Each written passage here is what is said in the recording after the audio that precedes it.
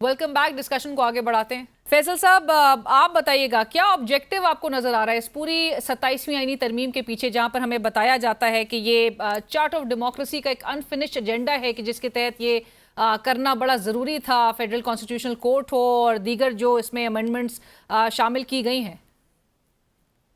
नहीं, ये देखिए, आप चार्टर ऑफ डेमोक्रेसी का टेक्स्ट पढ़ लें, उसमें भी 6 साल के लिए ये चीज बनानी थी 2006-7 में। और ये और लाइफ टाइम। 18वीं तरमीम में इसको डिस्कार्ड कर दिया गया। और वहां पे जो है वो उसकी जो क्लॉज है इससे डील करती है। हाँ। वो उसमें जन मुशर्रफ के जो एक्शंस है या जनाजा के उनको रिवर्स करना मकसद था। फिर 18वीं तरमीम हुई और 18वीं तरमीम में जो है वो 17वीं तरमीम रिवर्स होगी। बहुत सारी चीजें इन्होंने की हैं। अभी भी हाँ। देखिए, अब ये 28वीं तरमीम का जिक्र हो रहा है। हाँ। अब 28वीं तरमीम में जो अपरेंटली जिक्र हो रहा है, तो कल क्या उजलत है 26वीं और 27वीं कराने की? अभी तो पास नहीं हुई है। आप बैठे अपने दादियों के साथ और उनको जो आपने कल 28वीं करनी है, रोजाना का मजाक थोड़ी है कि आप आइन को रोजाना चेंज करें। आपके पास मैंडेट भी नहीं है, आप इस मसले के ऊपर इलेक्शन भी नहीं लड़े हैं। सो आपके मंशूर का तो हिस्सा नहीं था आइन साजी। राइट। तो मैं फैसल आप साहब, इस यही बात मैं अकील साहब की तरफ लेकर जा चाहूंगी। अकील साहब, एक तरफ हुकूमत कह रही थी कि हमारे पास बड़े नंबर्स, हमारे पास सारे वोट्स मौजूद है, सारे नंबर्स मौजूद है, वीर इन अ कंफर्टेबल पोजीशन, उसके बावजूद आपको दो सेनेटर्स तोड़ने पड़े। देखिए, ज़ाहिरी बात है कि हमारे एक सेनेटर हैं वो मौजूद नहीं हैं। सेनेटर इरफान सिद्दीकी साहब, जो उनकी रहलत हुई, आज उनका नमाज जनाजा था। उसके अलावा मैं समझता हूँ अगर टाई हो जाता है तो चेयरमैन सेनेट जो हैं वो वोट डाल सकते हैं। लेकिन अगर उन्होंने वोट जो है वो दी और हम कायल करने में कामयाब हो गए, तो this is something that PTI has to take action against, या जेयूआई वो एक्शन ले। अब ये उन्हीं के मेंबरान हैं, उन्हीं के टिकट पे आके बने, और एक ने तो इस्तीफ़ा दे दिया, दूसरे को पार्टी से जो है शोकॉज नोटिस आ गया। तो मैं समझता हूँ कि अगर उन्होंने वोट दिया है तो उन्होंने वजह भी उसकी बताई है कि क्यों दिया है। अपने मुल्क के दिफा की खातिर दिया है। और बिल्कुल एक तमाम तर मामले के हवाले से मैं आपको ये ज़रूर कह सकता हूँ कि ये वो रीज़निंग खुद देंगे, और इसकी जो डिफेक्शन का क्लॉज है उन पर अगर अप्लाई हो रहा है वो तो ये वो खुद बता सकते वो हैं। आज अब नोटिफिकेशन अकील हुकूमत साहब तो सामने कोशिश आ करती गया, है पार्टी ने तो उनकी आपको। फैसला ले लिया है, इकदाम उठा लिया है उनको एक्सपेल करने के हवाले से। But as a politician, how do you feel about this कि एक दूसरी पार्टी, ऑपोजिशन की पार्टी का एक वोट जो है वो हुकूमत डलवाए, और बावजूद इसके कि हमें बहुत नून लीग के बड़ी सीनियर क़यादत के लोग जो है वो कहते हमेशा से सुनाई देते हैं कि जी अपनी लॉयल्टीज जो है आपकी पार्टी के साथ मुंसलिक रहनी चाहिए। देखिए, बिल्कुल रहनी चाहिए, लेकिन आपने वो दौर भी देखा जब संजरानी साहब को चेयरमैन बनाया गया था और 64 वोटें जो थी वो अपोजिशन इत्तेहाद के पास मौजूद थी। Despite that the fascist government at the वो टाइम, गलत था, ठीक था? They obviously knew perfectly well. Aqeel साहब, वो जी, गलत था या वो ठीक था? गलत था ना। 34 तो वो 34 वोटें थीं, तो उन्होंने उस वक्त क्या किया? सुजर टू उन्होंने किस तरह जो है वो लॉयल्टीज चेंज करवा के की। तो मैं तो ये कह सकता हूँ कि इस हवाले से कि वो तो उनकी अपनी फ्री चॉइस थी सो ना, टू इन रॉन्ग्स दोनों मेक अ सेनेटर्स राइट, की। अगर आपकी इस बात से यही अखज़ किया जाए। Two wrongs don't make it a right, but don't try and portray this as something that's not happened in the past. This has definitely happened in the past since PTI has done it. सब right, PTI has done it. तो but आज किस मुंह से जो है वो हमें जो है वो कहा जाता है कि जी आप होलियर देन दाऊ बन जाएं। भाई हम क्यों बने? हमने अगर कन्विंस कर लिया उनके दो सेनेटर्स को, तो आई थिंक कि कोई इशू तो नहीं है। और उन सेनेटर्स ने खुद बता दिया, पीटीआई सर के सेनेटर ने तो आपने खुद कन्विंस ऑन द किया है, फ्लोर ऑफ द हाउस ये बात वो की कह और रहे ये हैं फ्लोर कहा ऑफ द हाउस सेनेटर अब्रो और के कहा उनके लोगों को 10, उनकी एहलिया को गिरफ्तार किया, उनके 10 लोगों को खानदान के वो उठा लिया गया। उन्होंने कहा मेरे साथ सर अगर सख्ती या मतलब ये मुश्किल कैसी वक्त आए तो कन्विंसिंग इसको, पीटीआई कहाँ पे थी? सर ये कैसी मतलब कन्विंसिंग समझे लेकिन उन्होंने आपने वजह तो टाइम बताई। किया। उन्होंने कहा मैंने सिर्फ और सिर्फ वोट दी है तो फील्ड मार्शल की वजह से दी है, और उन्होंने ऐलान बात की on the floor of the house. मैं अगर मिस कोट कर रहा हूं तो मुझे बताएं। राइट। मैं ये फैसल साहब आसिफ मुस्कुरा रहे हैं। फैसल साहब, उन्होंने फ्लोर ऑफ द हाउस ये बात जरूर कही कि उन्होंने फील्ड मार्शल साहब के लिए वोट दिया है, लेकिन बावजूद उसके साथ साथ वो ये भी मेंशन कर रहे थे कि 26वीं यानी तरमीम के उस प्रोसेस के दौरान उनकी फैमिली के साथ जो कुछ मैंने अभी दोहराया वो सब कुछ हुआ। उस्ताद दामन ने लिखा था, साढ़े मुल्क च मौजा ही मौजा, जिधर वेखो फौजा ही फौजा। तो बात यह है कि ये अब जो दलील वकील साहब ने दी है, अब इसके बारे में क्या बात करे बंदा।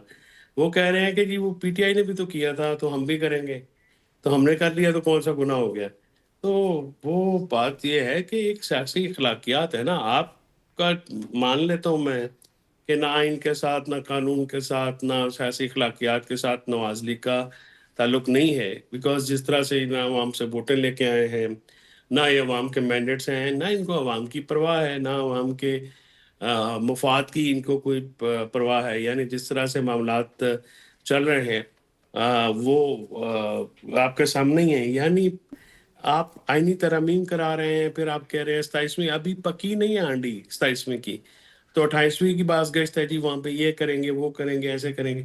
तो भाई 27वीं फैसल को साहब होल्ड पक पे गई रख है, लो, दम पे पहले लगी बात हुई कर है। लो, पहले बात कर लो। वो कह एक रहे ही हैं आंटी दफा पक में गई है, दम पर है। चलो दम पे है तो यकदम तो ना करो भाई। तो उसको सारा आराम से बैठ के, सबको साथ बैठ के कंसेंसस बना लो। अभी इन्होंने जो जिस तरह से काम किया है, मैं अलीना आई एम वेरी मतलब ओपन इन माय ओपिनियन, ये जो 27वीं तरमीम लाई गई है, 243 हो, 175 है हो, जो भी हो, ये बिल्कुल नीडलेस थी। इस वक्त के ऊपर जो इस तरह से लाई गई है, इसकी ना कोई ज़रूरत थी, ना ये अपना कोई रिक्वायरमेंट थी। और जो काम एक सीधी आराम से हो सकता है, इन्होंने जनाब पूरा धमाका करके सारी चीज़ तबाह करके, यानी आइन का हुलिया तो वो हो गया ना जो सुप्रीम कोर्ट में धमाके के बाद सुप्रीम कोर्ट की बेसमेंट का हो गया था, यानी बिल्कुल ही उड़ गया।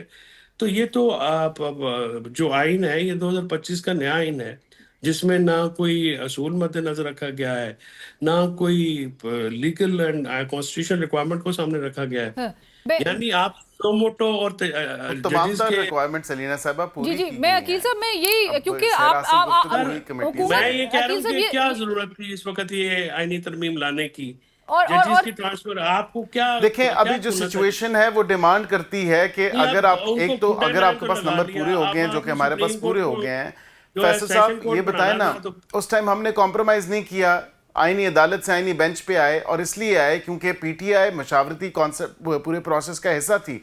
उन्होंने अच्छा, कहा आईनी बेंच बेंच बना और लें। आईनी अदालत ये में क्या फर्क है? आपके जितने भी देखें, क्या आईनी फर्क है? बेंच और आईनी अदालत में ये फ़र्क है कि आईनी बेंच जो है वो वही जजेस हैं जिन्होंने रेगुलर बेंचेस भी करने हैं, जिन्होंने वो डॉकेट भी क्लियर करनी है। तो ये नए और जजेस ज़्यादातर आएंगे जो आपके टाइम ईट अप हो रहा है वो कॉन्स्टिट्यूशनल केसेस का हो रहा है। सुपर टैक्स केस जो है वो it's one example, it's been going on for over a month now.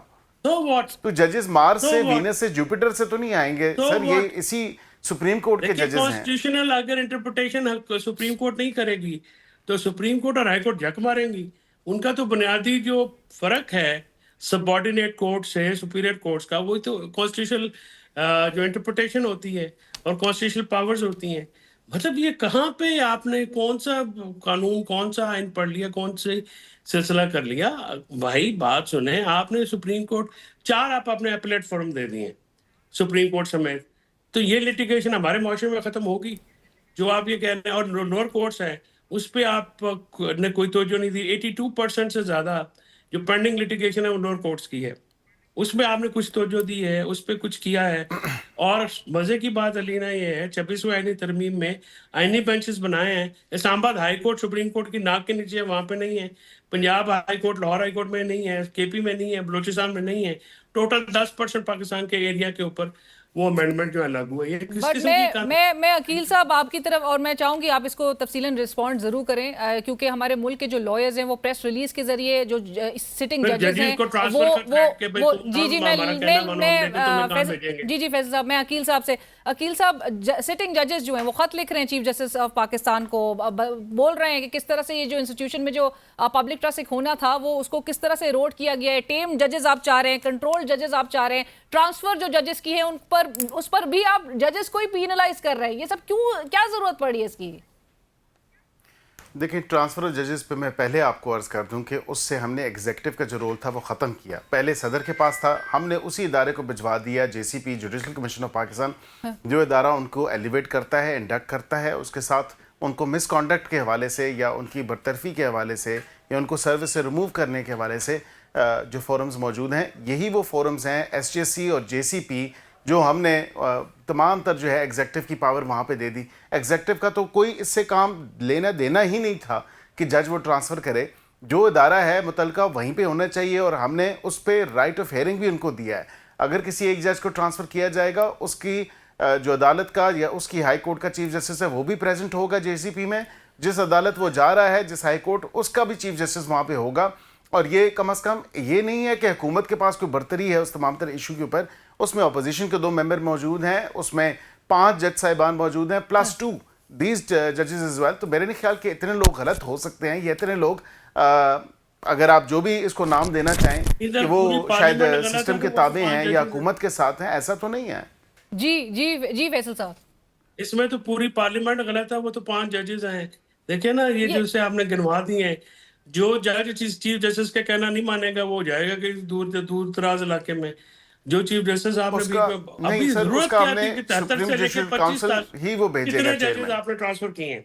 अभी आप जजेस को क्यों अकील ट्रांसफर साहब, कर ये रहे हैं? अगर टारगेट इस्लामाबाद हाई कोर्ट के वो 5 जजेस तो नहीं है? उन समेत सारे हैं, जो कोई टारगेट नहीं है, बात करेगा वो सारे हैं। मैं आपको जो बता आजाद देता हूं जी, देखे कोई ना, टारगेट नहीं है। और आपका बात यह है कि सीनियरिटी को भी इंटैक्ट रखा है। अब कॉन्स्टिट्यूशन में अभाम था इस चीज के ऊपर कि seniority whether that transfer is permanent और टेम्पररी, तो हमने इस चीज का भी ख्याल रखा है कि सीनियरिटी भी मुतासिर ना हो किसी पैसे जज दे की। देंगे, पेंशन दे देंगे आप। राइट, मैं क्योंकि अकील साहब आप जो गुज़िश्ता इंडिपेंडेंट जुडिशरी है अलीना, वो जी, तो जी। पब्लिक एट लार्ज के लिए होती है ना, जजेस के लिए थोड़ी होती है। जजेस तो आते जाते हैं।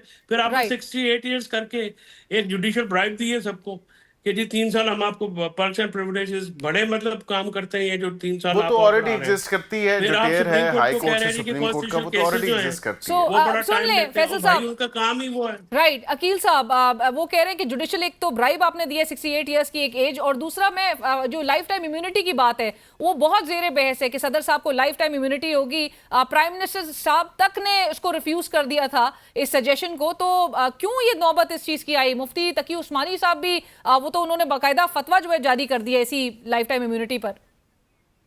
मुफ्ती रखो, देखिए, मौलवी 2 रखो, चीज़ें उनके हैं। तो है आपने नहीं 2 बड़ा सवाल गुजारा। किए। पहला सवाल जो आपने किया वो इस हवाले से था कि जजेस की जो उम्रें हैं वो क्यों आपने मुख्तलिफ टीयर्स दिए हैं। दुनिया पूरी में इस तरह होता है कि मुख्तलिफ टीयर्स होते हैं। ऑलरेडी यहाँ पे एग्जिस्ट कर रहा है कि 62 से 65, 62 हाई कोर्ट है, 65 सुप्रीम कोर्ट है, और हमने ये कमेटी को इख्तियार दिया था, अपनी तरफ से एक सजेशन था 68 करने का, कि जाहिर बात है कि जो एग्जिस्टिंग सुप्रीम कोर्ट जजेस हैं उन्हीं में से पहली तैनाती हो इस तमाम तर हवाले से। और जो फेडरल कॉन्स्टिट्यूशन कोर्ट जाएंगे, जहाँ तक आपने इम्यूनिटी की बात की, in my personal view I think the immunity should not be absolute. As public representatives हमें कोई ये हक हासिल नहीं है कि हम अपने आप को इम्यून करें। हाँ, ड्यूरिंग आर वर्क और our tenure as a minister, as governor, as president, as prime minister, official acts को वो इम्यूनिटी जो है वो हासिल होती है। और ये सजेशन कहां से आई थी सर? क्योंकि पीपल्स पार्टी कहती है हमारे तो सीईसी के इजलास में डिस्कस नहीं हुआ था। तो फिर कहां से आई? क्योंकि ये जाहिर बात है कि सदर किस जमात का है, सदर तो उसी जमात से हैं। सदर की इम्यूनिटी जो है वो तो इस चीज़ को आज भी उन्होंने डिस्कस किया। उन्होंने कहा सुप्रीम कमांडर को होनी चाहिए, और वो ये कह रहे हैं। तो मेरे ख्याल से अब आपके सामने है तमाम तर मामला। बरकैफ वो हमारे इत्तेहादी हैं, और हमें क्योंकि जो स्ट्रक्चरल चेंजेस करने थे इफेक्टिवली इस तमाम तर इशू के हवाले से, जो कि अवाम के मफाद में, अपनी डिफेंस फोर्सेस को मजबूत करने के हवाले से हैं, उनकी कोऑर्डिनेशन बेहतर करने के हवाले से हैं, वो हमने किए कॉन्स्टिट्यूशनल चेंजेस। उसके लिए उनकी वोट दरकार थी, इसके साथ उनकी ये गुजारिश थी या डिमांड थी, जो भी आप इसको कह लें। So that's part of it. Right. And जाते जाते अकील साहब, ये भी आप क्लैरिफाई करते, चीफ जस्टिस साहब से मशावरत हुई थी 27वीं यानी तरमीम से मुताल्लिक? देखें, वो कोड ऑफ कॉन्डक्ट के खिलाफ वर्जी होगी, और 1 साल से जो है वो FCC के ऊपर बहस चल रही है। उस टाइम बेंचेस हुए, आपको याद होगा, क्योंकि डार साहब ने फ्लोर ऑफ द हाउस कहा कि उनसे मुशावरत हुई है। चीफ साहब तो सोलर पैनल मेरे ख्याल से जो कल जो आजम रजीद तारड़ साहब ने as minister of law and justice उन्होंने बात की, उन्होंने कहा ये कोड ऑफ कॉन्डक्ट के खिलाफ होगा। और यहाँ पे जो statement of objects and reasons जो दी है, उन्होंने कहा है कि जी मुख्तलिफ segment of societies including parties, political parties, Pakistan Bar Council, various bar councils and associations at federal and provincial level have proposed the establishment of a federal constitutional court in Pakistan. Proposal stems from increasing number of constitutional petitions जो कि file हुई है before Supreme Court that has significantly impacted the timely disposal of these regular and similar criminal cases जो कि affect होते हैं day in day out. Right. Thank you so much. Aqeel Malik साहब, फैसल चौधरी साहब, बहुत शुक्रिया। इसी के साथ ही कल तक के लिए इजाजत दीजिए। अल्लाह हाफिज।